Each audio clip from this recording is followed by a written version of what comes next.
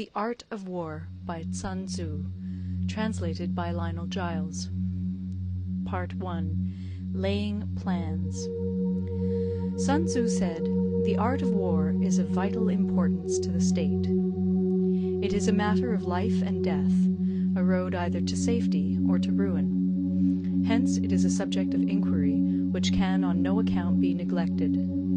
The art of war, then, is governed by 5 constant factors, to be taken into account in one's deliberations when seeking to determine the conditions obtaining in the field. These are 1. The moral law, 2. Heaven, 3. Earth, 4. The commander, 5. Method and discipline. The moral law causes the people to be in complete accord with their ruler, so that they will follow him regardless of their lives, undismayed by any danger. Heaven signifies night and day, cold and heat, times and seasons. Earth comprises distances, great and small, danger and security, open ground and narrow passes, the chances of life and death. The commander stands for the virtues of wisdom, sincerity, benevolence, courage, and strictness. By method and discipline are to be understood the marshalling of the army in its proper subdivisions, the graduations of rank among the officers, the maintenance of roads by which supplies may reach the army, and the control of military expenditure. These 5 heads should be familiar to every general. He who knows them will be victorious. He who knows them not will fail. Therefore, in your deliberations, when seeking to determine the military conditions, let them be made the basis of a comparison in this wise. 1. Which of the 2 sovereigns is imbued with the moral law? 2. Which of the 2 generals has most ability? 3. With whom lie the advantages derived from heaven and earth? 4. On which side is discipline most rigorously enforced? 5. Which army is stronger? 6. On which side are officers and men more highly trained? 7. In which army is there the greater constancy both in reward and punishment? By means of these 7 considerations I can forecast victory or defeat. The general that hearkens to my counsel and acts upon it will conquer. Let such a one be retained in command. The general that hearkens not to my counsel nor acts upon it will suffer defeat. Let such a one be dismissed. While heeding the profit of my counsel, avail yourself also of any helpful circumstances over and beyond the ordinary rules. According as circumstances are favorable, one should modify one's plans. All warfare is based on deception. Hence, when able to attack, we must seem unable. When using our forces, we must seem inactive. When we are near, we must make the enemy believe we are far away.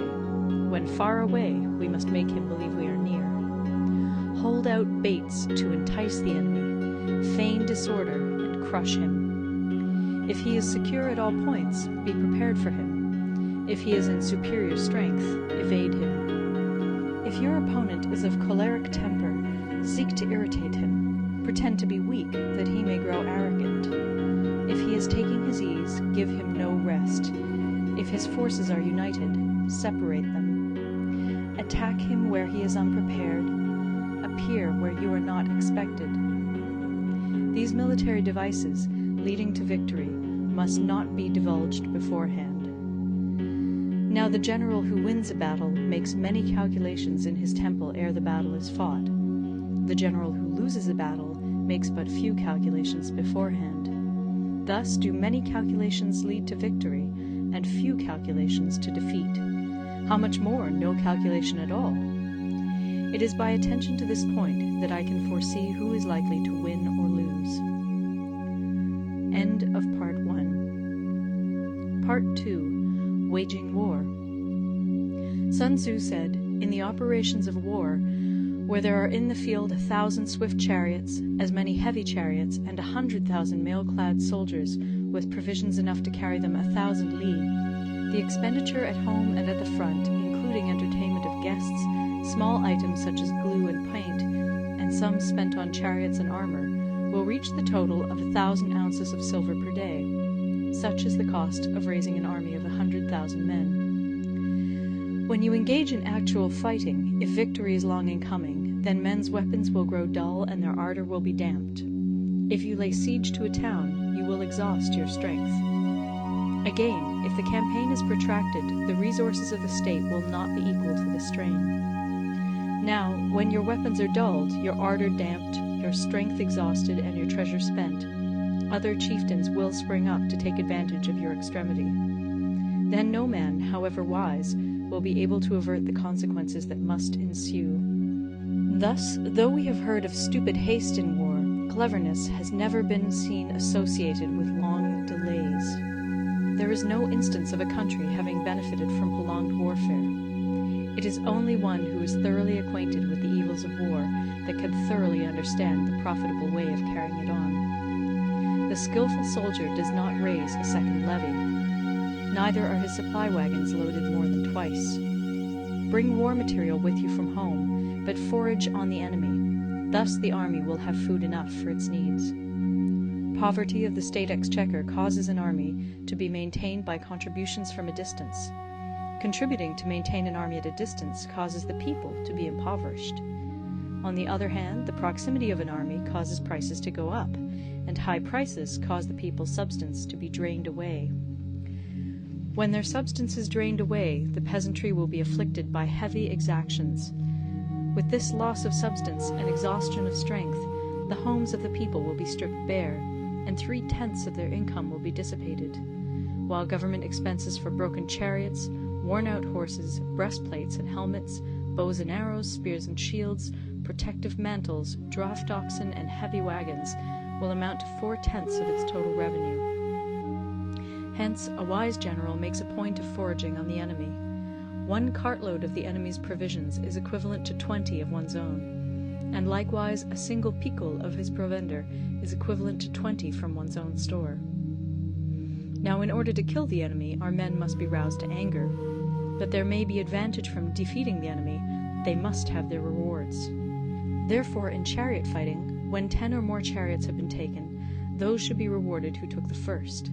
Our own flags should be substituted for those of the enemy, and their chariots mingled and used in conjunction with ours. The captured soldiers should be kindly treated and kept. This is called using the conquered foe to augment one's own strength. In war, then, let your great object be victory, not lengthy campaigns.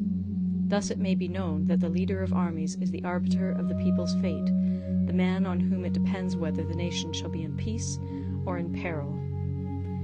End of Part 2. Part 3. Attack by Stratagem. Sun Tzu said, "In the practical art of war, the best thing of all is to take the enemy's country whole and intact. To shatter and destroy it is not so good. So too, it is better to recapture an army entire than to destroy it, to capture a regiment, a detachment, or a company entire than to destroy them. Hence, to fight and conquer in all your battles is not supreme excellence. Supreme excellence consists in breaking the enemy's resistance without fighting. Thus, the highest form of generalship is to balk the enemy's plans. The next best is to prevent the junction of the enemy's forces. The next in order is to attack the enemy's army in the field. And the worst policy of all is to besiege walled cities. The rule is not to besiege walled cities if it can possibly be avoided. The preparation of mantlets, movable shelters, and various implements of war will take up 3 whole months, and the piling up of mounds against the walls will take 3 months more. The general, unable to control his irritation, will launch his men to the assault like swarming ants, with the result that 1/3 of his men are slain, while the town still remains untaken. Such are the disastrous effects of a siege. Therefore the skillful leader subdues the enemy's troops without any fighting. He captures their cities without laying siege to them. He overthrows their kingdom without lengthy operations in the field. With his forces intact, he will dispute the mastery of the empire, and thus, without losing a man, his triumph will be complete. This is the method of attacking by stratagem. It is the rule in war, if our forces are 10 to the enemy's 1, to surround him; if 5 to 1, to attack him; if twice as numerous, to divide our army into 2. If equally matched, we can offer battle. If slightly inferior in numbers, we can avoid the enemy. If quite unequal in every way, we can flee from him. Hence, though an obstinate fight may be made by a small force, in the end it must be captured by the larger force. Now the general is the bulwark of the state.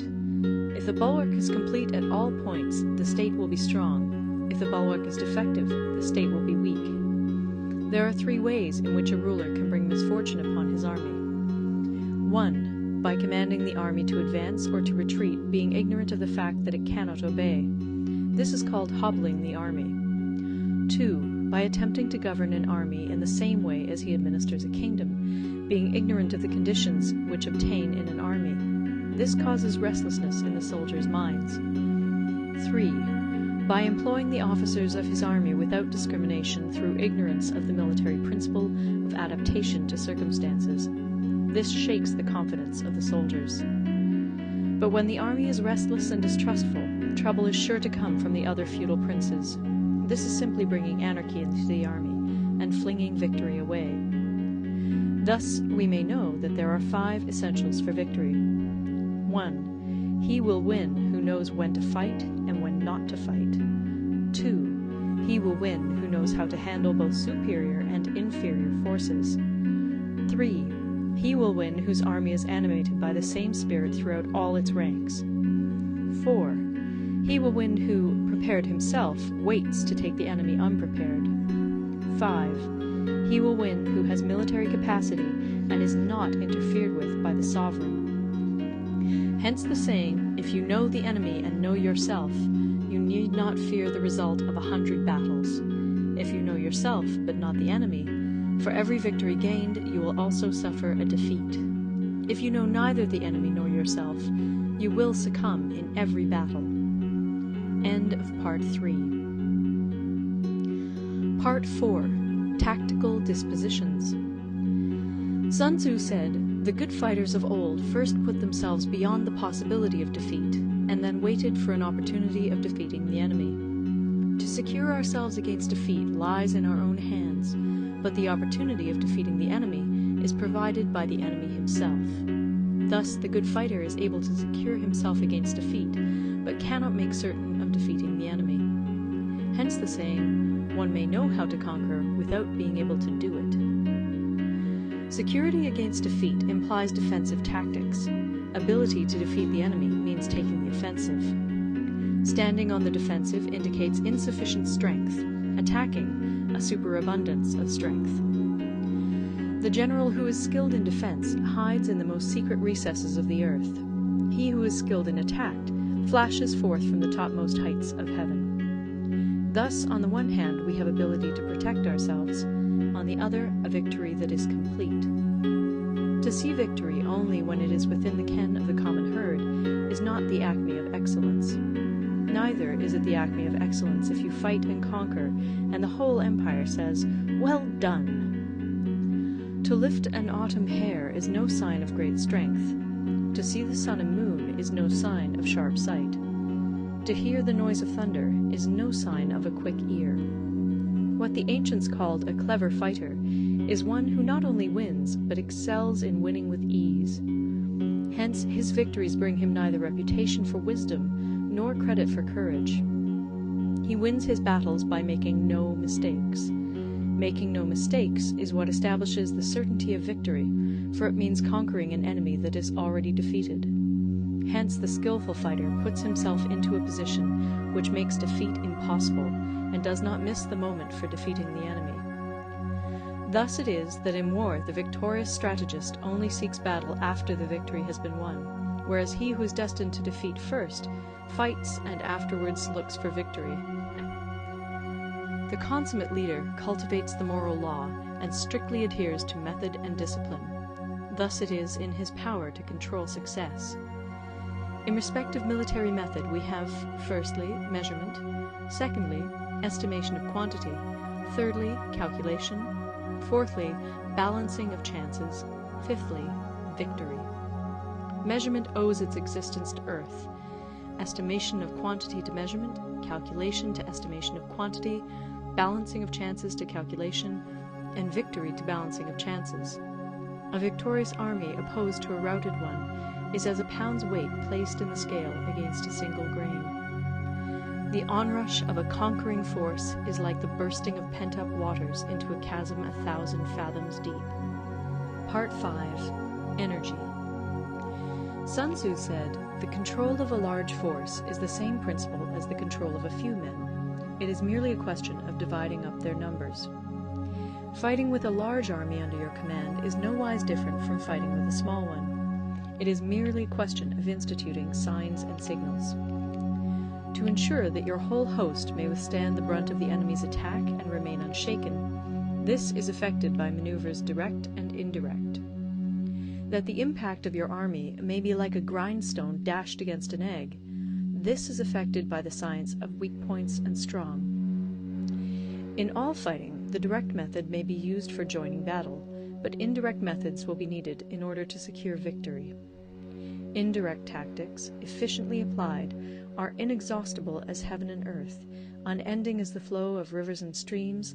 Like the sun and moon, they end but to begin anew. Like the 4 seasons, they pass away to return once more. There are not more than 5 musical notes, yet the combinations of these 5 give rise to more melodies than can ever be heard. There are not more than 5 primary colors, blue, yellow, red, white, and black, yet in combination they produce more hues than can ever be seen. There are not more than 5 cardinal tastes, sour, acrid, salt, sweet, bitter, yet combinations of them yield more flavors than can ever be tasted. In battle there are not more than 2 methods of attack, the direct and the indirect, yet these 2 in combination give rise to an endless series of maneuvers. The direct and the indirect lead on to each other in turn. It is like moving in a circle, you never come to an end. Who can exhaust the possibilities of their combination? The onset of troops is like the rush of a torrent which will even roll stones along in its course. The quality of decision is like the well-timed swoop of a falcon, which enables it to strike and destroy its victim. Therefore, the good fighter will be terrible in his onset and prompt in his decision. Energy may be likened to the bending of a crossbow, decision to the releasing of a trigger. Amid the turmoil and tumult of battle, there may be seeming disorder, and yet no real disorder at all. Amid confusion and chaos, your array may be without head or tail, yet it will be proof against defeat. Simulated disorder postulates perfect discipline. Simulated fear postulates courage. Simulated weakness postulates strength. Hiding order beneath the cloak of disorder is simply a question of subdivision. Concealing courage under their show of timidity presupposes a fund of latent energy. Masking strength with weakness is to be effected by tactical dispositions. Thus, one who is skillful at keeping the enemy on the move maintains deceitful appearances, according to which the enemy will act. He sacrifices something that the enemy may snatch at it. By holding out baits, he keeps him on the march. Then, with a body of picked men, he lies in wait for him. The clever combatant looks to the effect of combined energy, and does not require too much from individuals. Hence his ability to pick out the right men and utilize combined energy. When he utilizes combined energy, his fighting men become as it were like unto rolling logs or stones, for it is the nature of a log or stone to remain motionless on level ground, and to move when on a slope. If four-cornered, to come to a standstill, but if round-shaped, to go rolling down. Thus the energy developed by good fighting men is as the momentum of a round stone rolled down a mountain thousands of feet in height. So much on the subject of energy. End of Part 5. Part 6. Weak Points and Strong. Sun Tzu said, "Whoever is first in the field and awaits the coming of the enemy will be fresh for the fight. Whoever is second in the field and has to hasten to battle will arrive exhausted." Therefore, the clever combatant imposes his will on the enemy, but does not allow the enemy's will to be imposed on him. By holding out advantages to him, he can cause the enemy to approach of his own accord, or, by inflicting damage, he can make it impossible for the enemy to draw near. If the enemy is taking his ease, he can harass him. If well supplied with food, he can starve him out. If quietly encamped, he can force him to move. Appear at points which the enemy must hasten to defend. March swiftly to places where you are not expected. An army may march great distances without distress if it marches through country where the enemy is not. You can be sure of succeeding in your attacks if you only attack places which are undefended. You can ensure the safety of your defense if you only hold positions that cannot be attacked. Hence, that general is skillful in attack whose opponent does not know what to defend, and he is skillful in defense whose opponent does not know what to attack. O divine art of subtlety and secrecy! Through you we learn to be invisible, through you inaudible, and hence we can hold the enemy's fate in our hands. You may advance and be absolutely irresistible if you make for the enemy's weak points. You may retire and be safe from pursuit if your movements are more rapid than those of the enemy. If we wish to fight, the enemy can be forced to an engagement even though he be sheltered behind a high rampart and a deep ditch. All we need do is attack some other place that he will be obliged to relieve. If we do not wish to fight, we can prevent the enemy from engaging us even though the lines of our encampment be merely traced out on the ground. All we need do is throw something odd and unaccountable in his way. By discovering the enemy's dispositions and remaining invisible ourselves, we can keep our forces concentrated while the enemy's must be divided. We can form a single united body while the enemy must split up into fractions. Hence, there will be a whole pitted against separate parts of a whole, which means that we shall be many to the enemy's few. And if we are able thus to attack an inferior force with a superior one, our opponents will be in dire straits. The spot where we intend to fight must not be made known, for then the enemy will have to prepare against a possible attack at several different points. And his forces being thus distributed in many directions, the numbers we shall have to face at any given point will be proportionately few. For should the enemy strengthen his van, he will weaken his rear. Should he strengthen his rear, he will weaken his van. Should he strengthen his left, he will weaken his right. Should he strengthen his right, he will weaken his left. If he sends reinforcements everywhere, he will everywhere be weak. Numerical weakness comes from having to prepare against possible attacks. Numerical strength from compelling our adversary to make these preparations against us. Knowing the place and the time of the coming battle, we may concentrate from the greatest distances in order to fight. But if neither time nor place be known, then the left wing will be impotent to succour the right equally impotent to succour the left, the van unable to relieve the rear, or the rear to support the van. How much more so if the furthest proportions of the army are anything under 100 li apart, and even the nearest are separated by several li. Though according to my estimate the soldiers of Yue exceed our own in number, that shall advantage them nothing in the matter of victory. I say then that victory can be achieved. Though the enemy be stronger in numbers, we may prevent him from fighting. Scheme so as to discover his plans and the likelihood of their success. Rouse him and learn the principle of his activity or inactivity. Force him to reveal himself so as to find out his vulnerable spots. Carefully compare the opposing army with your own, so that you may know where strength is superabundant and where it is deficient. In making tactical dispositions, the highest pitch you can attain is to conceal them. Conceal your dispositions, and you will be safe from the prying of the subtlest spies, from the machinations of the wisest brains. How victory may be produced for them out of the enemy's own tactics, that is what the multitude cannot comprehend. All men can see the tactics whereby I conquer, but what none can see is the strategy out of which victory is evolved.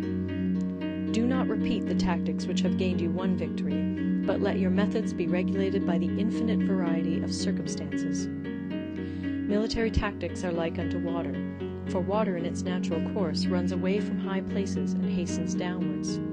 So in war, the way is to avoid what is strong and to strike at what is weak. Water shapes its course according to the nature of the ground over which it flows. The soldier works out his victory in relation to the foe whom he is facing. Therefore, just as water retains no constant shape, in warfare there are no constant conditions. He who can modify his tactics in relation to his opponent and thereby succeed in winning may be called a heaven-born captain. The 5 elements, water, fire, wood, metal, earth, are not always equally predominant. The 4 seasons make way for each other in turn. There are short days and long. The moon has its periods of waning and waxing. End of Part 6. Part 7. Maneuvering. Sun Tzu said, "In war, the general receives his commands from the sovereign. Having collected an army and concentrated his forces, he must blend and harmonize the different elements thereof before pitching his camp. After that comes tactical maneuvering, than which there is nothing more difficult. The difficulty of tactical maneuvering consists in turning the devious into the direct, and misfortune into gain. Thus, to take a long and circuitous route, after enticing the enemy out of the way, and those starting after him, to contrive to reach the goal before him, shows knowledge of the artifice of deviation. Maneuvering with an army is advantageous, with an undisciplined multitude most dangerous. If you set a fully equipped army in march in order to snatch an advantage, the chances are that you will be too late. On the other hand, to detach a flying column for the purpose involves the sacrifice of its baggage and stores. Thus, if you order your men to roll up their buff coats and make forced marches without halting day or night, covering double the usual distance at a stretch, doing 100 li in order to wrest an advantage, the leaders of all your 3 divisions will fall into the hands of the enemy. The stronger men will be in front, the jaded ones will fall behind, and on this plan only 1/10 of your army will reach its destination. If you march 50 li in order to outmaneuver the enemy, you will lose the leader of your 1st division, and only half your force will reach the goal. If you march 30 li with the same object, 2/3 of your army will arrive. We may take it then that an army without its baggage train is lost. Without provisions, it is lost. Without bases of supply, it is lost. We cannot enter into alliances until we are acquainted with the designs of our neighbors. We are not fit to lead an army on the march unless we are familiar with the face of the country, its mountains and forests, its pitfalls and precipices, its marshes and swamps. We shall be unable to turn natural advantage to account unless we make use of local guides. In war, practice dissimulation and you will succeed. Whether to concentrate or to divide your troops must be decided by circumstances. Let your rapidity be that of the wind, your compactness that of the forest. In raiding and plundering be like fire, in immovability like a mountain. Let your plans be dark, and impenetrable as night, and when you move, fall like a thunderbolt. When you plunder a countryside, let the spoil be divided amongst your men. When you capture new territory, cut it up into allotments for the benefit of the soldiery. Ponder and deliberate before you make a move. He will conquer who has learnt the artifice of deviation. Such is the art of maneuvering. The Book of Army Management says, "On the field of battle, the spoken word does not carry far enough. Hence the institution of gongs and drums. Nor can ordinary objects be seen clearly enough. Hence the institution of banners and flags. Gongs and drums, banners and flags are means whereby the ears and eyes of the host may be focused on one particular point. The host thus forming a single united body, it is impossible either for the brave to advance alone, or for the cowardly to retreat alone. This is the art of handling large masses of men. In night fighting, then, make much use of signal flyers and drums, and in fighting by day, of flags and banners, as a means of influencing the ears and eyes of your army. A whole army may be robbed of its spirit. A commander-in-chief may be robbed of his presence of mind. Now, a soldier's spirit is keenest in the morning. By noonday it has begun to flag, and in the evening his mind is bent only on returning to camp. A clever general, therefore, avoids an army when its spirit is keen, but attacks it when it is sluggish and inclined to return. This is the art of studying moods. Disciplined and calm, to await the appearance of disorder and hubbub amongst the enemy. This is the art of retaining self-possession. To be near the goal while the enemy is still far from it, to wait at ease while the enemy is toiling and struggling, to be well fed while the enemy is famished. This is the art of husbanding one's strength. To refrain from intercepting an enemy whose banners are in perfect order, to refrain from attacking an army drawn up in calm and confident array, this is the art of studying circumstances. It is a military axiom not to advance uphill against the enemy, nor to oppose him when he comes downhill. Do not pursue an enemy who simulates flight. Do not attack soldiers whose temper is keen. Do not swallow bait offered by the enemy. Do not interfere with an army that is returning home. When you surround an army, leave an outlet free. Do not press a desperate foe too hard. Such is the art of warfare. End of Part 7. Part 8. Variation in Tactics. Sun Tzu said, "In war, the general receives his commands from the sovereign, collects his army, and concentrates his forces. When in difficult country, do not encamp. In country where highroads intersect, join hands with your allies. Do not linger in dangerously isolated positions. In hemmed-in situations, you must resort to stratagem. In desperate position, you must fight. There are roads which must not be followed, armies which must not be attacked, towns which must not be besieged, positions which must not be contested, commands of the sovereign which must not be obeyed." The general who thoroughly understands the advantages that accompany variation of tactics knows how to handle his troops. The general who does not understand these may be well acquainted with the configuration of the country, yet he will not be able to turn his knowledge to practical account. So, the student of war who is unversed in the art of war of varying his plans, even though he be acquainted with the 5 advantages, will fail to make the best use of his men. Hence, in the wise leader's plans, considerations of advantage and of disadvantage will be blended together. If our expectation of advantage be tempered in this way, we may succeed in accomplishing the essential part of our schemes. If, on the other hand, in the midst of difficulties we are always ready to seize an advantage, we may extricate ourselves from misfortune. Reduce the hostile chiefs by inflicting damage on them, and make trouble for them, and keep them constantly engaged. Hold out specious allurements, and make them rush to any given point. The art of war teaches us to rely not on the likelihood of the enemy's not coming, but on our own readiness to receive him, not on the chance of his not attacking, but rather on the fact that we have made our position unassailable. There are 5 dangerous faults which may affect a general. 1. Recklessness, which leads to destruction. 2. Cowardice, which leads to capture. 3. A hasty temper, which can be provoked by insults. 4. A delicacy of honor, which is sensitive to shame. 5. Over-solicitude for his men, which exposes him to worry and trouble. These are the 5 besetting sins of a general, ruinous to the conduct of war. When an army is overthrown and its leader slain, the cause will surely be found among these 5 dangerous faults. Let them be a subject of meditation. Part 9. The Army on the March. Sun Tzu said, "We come now to the question of encamping the army, and observing signs of the enemy. Pass quickly over mountains, and keep in the neighborhood of valleys. Camp in high places, facing the sun. Do not climb heights in order to fight." So much for mountain warfare. After crossing a river, you should get far away from it. When an invading force crosses a river in its onward march, do not advance to meet it in midstream. It will be best to let half the army get across, and then deliver your attack. If you are anxious to fight, you should not go to meet the invader near a river which he has to cross.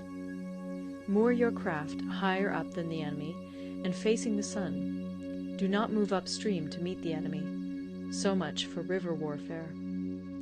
In crossing salt marshes, your sole concern should be to get over them quickly, without any delay. If forced to fight in a salt marsh, you should have water and grass near you, and get your back to a clump of trees. So much for operations in salt marshes. In dry, level country, Take up an easily accessible position with rising ground to your right and on your rear, so that the danger may be in front and safety lie behind. So much for campaigning in flat country. These are the 4 useful branches of military knowledge which enabled the Yellow Emperor to vanquish 4 several sovereigns. All armies prefer high ground to low, and sunny places to dark. If you are careful of your men and camp on hard ground, the army will be free from disease of every kind, and this will spell victory. When you come to a hill or a bank, occupy the sunny side, with the slope on your right rear. Thus you will at once act for the benefit of your soldiers, and utilize the natural advantages of the ground. When, in consequence of heavy rains up country, a river which you wish to ford is swollen and flecked with foam, you must wait until it subsides. Country in which there are precipitous cliffs with torrents running between, deep natural hollows, confined places, tangled thickets, quagmires, and crevasses should be left with all possible speed and not approached. While we keep away from such places, we should get the enemy to approach them. While we face them, we should let the enemy have them on his rear. If in the neighbourhood of your camp there should be any hilly country, ponds surrounded by aquatic grass, hollow basins filled with reeds, or woods with thick undergrowth, they must be carefully routed out and searched, for these are places where men in ambush or insidious spies are likely to be lurking. When the enemy is close at hand and remains quiet, he is relying on the natural strength of his position. When he keeps aloof and tries to provoke a battle, he is anxious for the other side to advance. If his place of encampment is easy of access, he is tendering a bait. Movement amongst the trees of a forest shows that the enemy is advancing. The appearance of a number of screens in the midst of thick grass means that the enemy wants to make us suspicious. The rising of birds in their flight is the sign of an ambuscade. Startled beasts indicate that a sudden attack is coming. When there is dust rising in a high column, it is the sign of chariots advancing. When the dust is low, but spread over a wide area, it betokens the approach of infantry. When it branches out in different directions, it shows that parties have been sent to collect firewood. A few clouds of dust, moving to and fro, signify that the army is encamping. Humble words and increased preparations are signs that the enemy is about to advance. Violent language and driving forward as if to the attack are signs that he will retreat. When the light chariots come out first and take up a position on the wings, it is a sign that the enemy is forming for battle. Peace proposals unaccompanied by a sworn covenant indicate a plot. When there is much running about, and the soldiers fall into rank, it means that the critical moment has come. When some are seen advancing and some retreating, it is a lure. When the soldiers stand leaning on their spears, they are faint from want of food. If those who are sent to draw water begin by drinking themselves, the army is suffering from thirst. If the enemy sees an advantage to be gained and makes no effort to secure it, the soldiers are exhausted. If birds gather on any spot, it is unoccupied. Clamour by night betokens nervousness. If there is a disturbance in the camp, the general's authority is weak. If the banners and flags are shifted about, sedition is afoot. If the officers are angry, it means that the men are weary. When an army feeds its horses with grain and kills its cattle for food, and when the men do not hang their cooking pots over the campfires, showing that they will not return to their tents, you may know that they are determined to fight to the death. The sight of men whispering together in small knots, or speaking in subdued tones, points to disaffection amongst the rank and file. Too frequent rewards signify that the enemy is at the end of his resources. Too many punishments betray a condition of dire distress. To begin by bluster, but afterwards to take fright at the enemy's numbers, shows a supreme lack of intelligence. When envoys are sent with compliments in their mouths, it is a sign that the enemy wishes for a truce. If the enemy's troops march up angrily and remain facing ours for a long time without either joining battle or taking themselves off again, the situation is one that demands great vigilance and circumspection. If our troops are no more in number than the enemy, that is amply sufficient. It only means that no direct attack can be made. What we can do is simply to concentrate all our available strength, keep a close watch on the enemy, and obtain reinforcements. He who exercises no forethought, but makes light of his opponents, is sure to be captured by them. If soldiers are punished before they have grown attached to you, they will not prove submissive. And, unless submissive, they will be practically useless. If, when the soldiers have become attached to you, punishments are not enforced, they will still be useless. Therefore, soldiers must be treated in the first instance with humanity, but kept under control by means of iron discipline. This is a certain road to victory. If in training soldiers commands are habitually enforced, the army will be well disciplined. If not, its discipline will be bad. If a general shows confidence in his men, but always insists on his orders being obeyed, the gain will be mutual. End of Part 9. Part 10. Terrain. Sun Tzu said, "We may distinguish 6 kinds of terrain, to wit, 1. Accessible ground, 2. Entangling ground, 3. Temporizing ground, 4. Narrow passes, 5. Precipitous heights, 6. Positions at a great distance from the enemy." Ground which can be freely traversed by both sides is called accessible. With regard to ground of this nature, be before the enemy in occupying the raised and sunny spots, and carefully guard your line of supplies. Then you will be able to fight with advantage. Ground which can be abandoned but is hard to reoccupy is called entangling. From a position of this sort, if the enemy is unprepared, you may sally forth and defeat him. But if the enemy is prepared for your coming, and you fail to defeat him, then, return being impossible, disaster will ensue.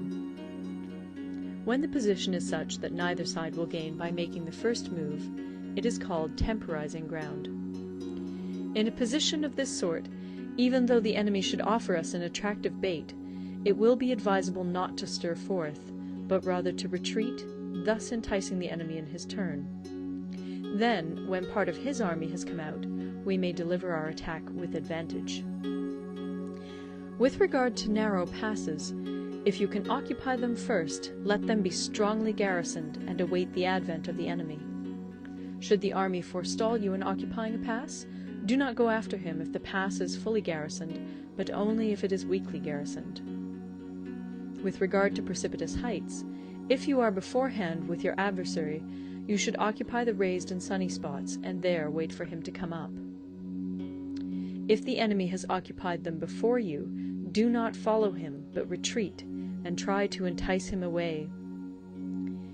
If you are situated at a great distance from the enemy, and the strength of the two armies is equal, it is not easy to provoke a battle, and fighting will be to your disadvantage. These 6 are the principles connected with earth. The general who's attained a responsible post must be careful to study them. Now, an army is exposed to 6 several calamities, not arising from natural causes, but from faults for which the general is responsible. These are 1. Flight, 2. Insubordination, 3. Collapse, 4. Ruin, 5. Disorganization, 6. Rout. Other conditions being equal, if one force is hurled against another 10 times its size, the result will be the flight of the former. When the common soldiers are too strong and their officers too weak, the result is insubordination. When the officers are too strong and the common soldiers too weak, the result is collapse. When the higher officers are angry and insubordinate, and on meeting the enemy give battle on their own account from a feeling of resentment, before the commander-in-chief can tell whether or not he is in a position to fight, the result is ruin. When the general is weak and without authority, when his orders are not clear and distinct, when there are no fixed duties assigned to officers and men, and the ranks are formed in a slovenly, haphazard manner, The result is utter disorganization. When a general, unable to estimate the enemy's strength, allows an inferior force to engage a larger one, or hurls a weak detachment against a powerful one, and neglects to place picked soldiers in the front rank, the result must be rout. These are 6 ways of courting defeat, which must be carefully noted by the general who has attained a responsible post. The natural formation of the country is the soldier's best ally, but a power of estimating the adversary, of controlling the forces of victory, and of shrewdly calculating difficulties, dangers, and distances, constitutes the test of a great general. He who knows these things, and in fighting puts his knowledge into practice, will win his battles. He who knows them not, nor practices them, will surely be defeated. If fighting is sure to result in victory, then you must fight, even though the ruler forbid it. If fighting will not result in victory, then you must not fight even at the ruler's bidding. The general who advances without coveting fame, and retreats without fearing disgrace, whose only thought is to protect his country and do good service for his sovereign, is the jewel of the kingdom. Regard your soldiers as your children, and they will follow you into the deepest valleys. Look upon them as your own beloved sons, and they will stand by you even unto death. If, however, you are indulgent, but unable to make your authority felt, kind-hearted, but unable to enforce your commands, and incapable, moreover, of quelling disorder, then your soldiers must be likened to spoilt children. They are useless for any practical purpose. If we know that our own men are in a condition to attack, but are unaware that the enemy is not open to attack, we have gone only halfway towards victory. If we know that the enemy is open to attack, but are unaware that our own men are not in a condition to attack, we have gone only halfway towards victory. If we know that the enemy is open to attack, and also know that our men are in a condition to attack, but are unaware that the nature of the ground makes fighting impracticable, we have still only gone halfway towards victory. Hence the experienced soldier, once in motion, is never bewildered. Once he has broken camp, he is never at a loss. Hence the saying, "If you know the enemy and know yourself, your victory will not stand in doubt. If you know heaven and know earth, you may make your victory complete." End of Part 10. Part 11. The 9 Situations. Sun Tzu said, "The art of war recognizes 9 varieties of ground. 1. Dispersive ground. 2. Facile ground. 3. Contentious ground. 4. Open ground. 5. Ground of intersecting highways. 6. Serious ground. 7. Difficult ground. 8. Hemmed-in ground. 9. Desperate ground. When a chieftain is fighting in his own territory, it is dispersive ground. When he has penetrated into hostile territory, but to no great distance, it is facile ground. Ground the possession of which imports great advantage to either side is contentious ground. Ground on which each side has liberty of movement is open ground. Ground which forms the key to 3 contiguous states, so that he who occupies it first has most of the empire at his command, is a ground of intersecting highways. When an army has penetrated into the heart of a hostile country, leaving a number of fortified cities in its rear, it is serious ground. Mountain forests, rugged steeps, marshes, and fens, all country that is hard to traverse, this is difficult ground. Ground which is reached through narrow gorges, and from which we can only retire by tortuous paths, so that a small number of the enemy would suffice to crush a large body of our men, this is hemmed-in ground. Ground on which we can only be saved from destruction by fighting without delay is desperate ground. On dispersive ground, therefore, fight not. On facile ground, halt not. On contentious ground, attack not. On open ground, do not try to block the enemy's way. On the ground of intersecting highways, join hands with your allies. On serious ground, gather in plunder. In difficult ground, keep steadily on the march. On hemmed-in ground, resort to stratagem. On desperate ground, fight. Those who were called skillful leaders of old knew how to drive a wedge between the enemy's front and rear, to prevent cooperation between his large and small divisions, to hinder the good troops from rescuing the bad, the officers from rallying their men. When the enemy's men were united, they managed to keep them in disorder. When it was to their advantage, they made a forward move. When otherwise, they stopped still. If asked how to cope with a great host of the enemy in orderly array, and on the point of marching to the attack, I should say, begin by seizing something which your opponent holds dear. Then he will be amenable to your will. Rapidity is the essence of war. Take advantage of the enemy's unreadiness. Make your way by unexpected routes, and attack unguarded spots.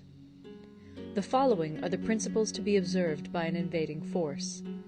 The further you penetrate into a country, the greater will be the solidarity of your troops, and thus the defenders will not prevail against you. Make forays in fertile country in order to supply your army with food. Carefully study the well-being of your men, and do not overtax them. Concentrate your energy and hoard your strength. Keep your army continually on the move, and devise unfathomable plans. Throw your soldiers into positions whence there is no escape, and they will prefer death to flight. If they will face death, there is nothing they may not achieve. Officers and men alike will put forth their uttermost strength. Soldiers, when in desperate straits, lose the sense of fear. If there is no place of refuge, they will stand firm. If they are in hostile country, they will show a stubborn front. If there is no help for it, they will fight hard.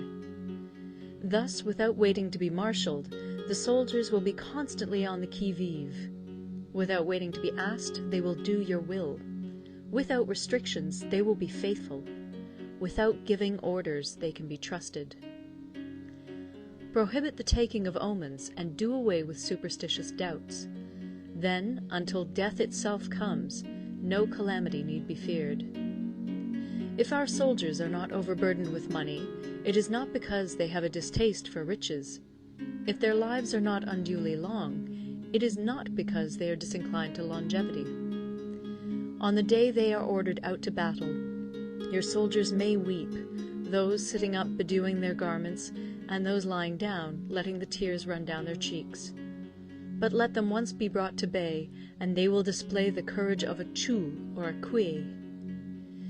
The skillful tactician may be likened to the Shuai-jan. Now, the Shuai-jan is a snake that is found in the Ch'ung Mountains. Strike at its head, and you will be attacked by its tail.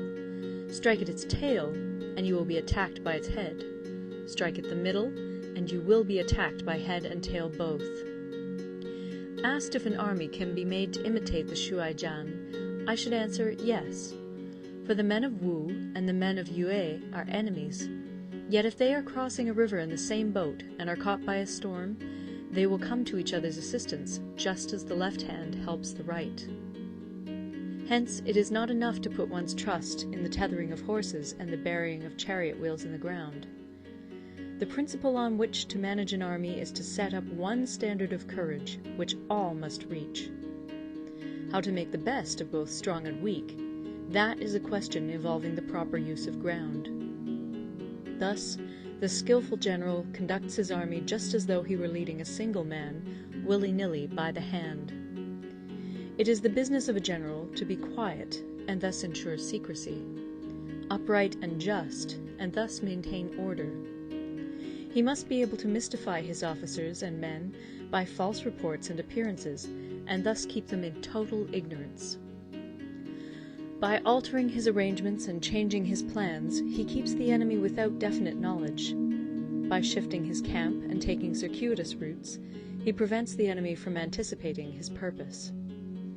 At the critical moment, the leader of an army acts like one who has climbed up a height and then kicks away the ladder behind him. He carries his men deep into hostile territory before he shows his hand. He burns his boats and breaks his cooking pots. Like a shepherd driving a flock of sheep, he drives his men this way and that, and nothing knows whither he is going. To muster his host and bring it into danger, this may be termed the business of the general. The different measures suited to the 9 varieties of ground, the expediency of aggressive or defensive tactics, and the fundamental laws of human nature, these are things that must most certainly be studied. When invading hostile territory, the general principle is that penetrating deeply brings cohesion. Penetrating but a short way means dispersion. When you leave your own country behind and take your army across neighborhood territory, you find yourself on critical ground. When there are means of communication on all 4 sides, the ground is one of intersecting highways. When you penetrate deeply into a country, it is serious ground. When you penetrate but a little way, it is facile ground. When you have the enemy's strongholds on your rear and narrow passes in front, it is hemmed-in ground. When there is no place of refuge at all, it is desperate ground. Therefore, on dispersive ground I would inspire my men with unity of purpose. On facile ground, I would see that there is close connection between all parts of my army. On contentious ground, I would hurry up my rear. On open ground, I would keep a vigilant eye on my defenses. On ground of intersecting highways, I would consolidate my alliances. On serious ground, I would try to ensure a continuous stream of supplies. On difficult ground, I would keep pushing on along the road. On hemmed-in ground, I would block any way of retreat. On desperate ground, I would proclaim to my soldiers the hopelessness of saving their lives. For it is the soldier's disposition to offer an obstinate resistance when surrounded, to fight hard when he cannot help himself, and to obey promptly when he has fallen into danger. We cannot enter into alliance with neighboring princes until we are acquainted with their designs. We are not fit to lead an army on the march unless we are familiar with the face of the country, its mountains and forests, its pitfalls and precipices, its marshes and swamps. We shall be unable to turn natural advantages to account unless we make use of local guides. To be ignored of any one of the following 4 or 5 principles does not befit a warlike prince. When a warlike prince attacks a powerful state, his generalship shows itself in preventing the concentration of the enemy's forces. He overawes his opponents, and their allies are prevented from joining against him. Hence he does not strive to ally himself with all and sundry, nor does he foster the power of other states. He carries out his own secret designs, keeping his antagonists in awe. Thus he is able to capture their cities and overthrow their kingdoms. Bestow rewards without regard to rule, issue orders without regard to previous arrangements, and you will be able to handle a whole army as though you had to do with but a single man. Confront your soldiers with the deed itself. Never let them know your design. When the outlook is bright, bring it before their eyes, but tell them nothing when the situation is gloomy. Place your army in deadly peril, and it will survive. Plunge it into desperate straits, and it will come off in safety. For it is precisely when a force has fallen into harm's way that it is capable of striking a blow for victory. Success in warfare is gained by carefully accommodating ourselves to the enemy's purpose. By persistently hanging on the enemy's flank, we shall succeed in the long run in killing the commander-in-chief. This is called ability to accomplish a thing by sheer cunning. On the day that you take up your command, block the frontier passes, destroy the official tallies, and stop the passage of all emissaries. Be stern in the council chamber so that you may control the situation. If the enemy leaves the door open, you must rush in. Forestall your opponent by seizing what he holds dear, and subtly contrive to time his arrival on the ground. Walk in the path defined by rule, and accommodate yourself to the enemy until you can fight a decisive battle. At first, then, exhibit the coyness of a maiden, until the enemy gives you an opening. Afterwards emulate the rapidity of a running hare, and it will be too late for the enemy to oppose you. End of Part 11. Part 12. The Attack by Fire. Sun Tzu said, "There are 5 ways of attacking with fire. The first is to burn soldiers in their camp. The second is to burn stores. The third is to burn baggage trains. The fourth is to burn arsenals and magazines. The fifth is to hurl dropping fire amongst the enemy." In order to carry out an attack, we must have means available. The material for raising fire should always be kept in readiness. There is a proper season for making attacks with fire, and special days for starting a conflagration. The proper season is when the weather is very dry. The special days are those when the moon is in the constellations of the Sieve, the Wall, the Wing, or the Crossbar, for these 4 are all days of rising wind. In attacking with fire, one should be prepared to meet 5 possible developments. 1. When fire breaks out inside to enemy's camp, respond at once with an attack from without. 2. If there is an outbreak of fire, but the enemy's soldiers remain quiet, bide your time and do not attack. 3. When the force of the flames has reached its height, follow it up with an attack, if that is practicable. If not, stay where you are. 4. If it is possible to make an assault with fire from without, do not wait for it to break out within, but deliver your attack at a favorable moment. 5. When you start a fire, be to windward of it. Do not attack from the leeward. A wind that rises in the daytime lasts long, but a night breeze soon falls. In every army, the 5 developments connected with fire must be known, the movements of the stars calculated, and a watch kept for the proper days. Hence, those who use fire as an aid to the attack show intelligence. Those who use water as an aid to the attack gain an accession of strength. By means of water, an enemy may be intercepted, but not robbed of all his belongings. Unhappy is the fate of one who tries to win his battles and succeed in his attacks without cultivating the spirit of enterprise, for the result is a waste of time and general stagnation. Hence the saying, "The enlightened ruler lays his plans well ahead. The good general cultivates his resources." Move not unless you see an advantage. Use not your troops unless there is something to be gained. Fight not unless the position is critical. No ruler should put troops into the field merely to gratify his own spleen.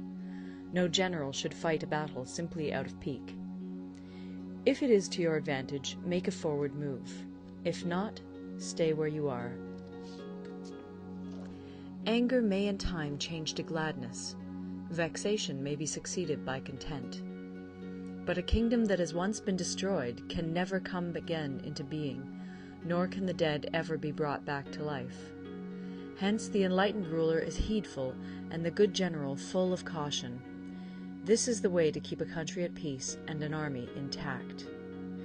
End of Part 12. Part 13. The Use of Spies.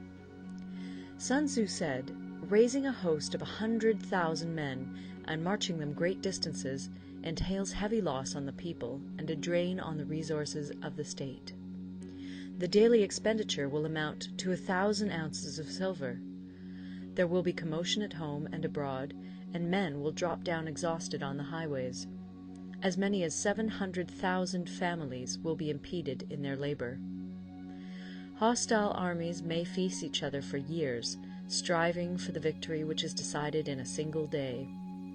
This being so, to remain in ignorance of the enemy's condition simply because one grudges the outlay of 100 ounces of silver in honors and emoluments is the height of inhumanity.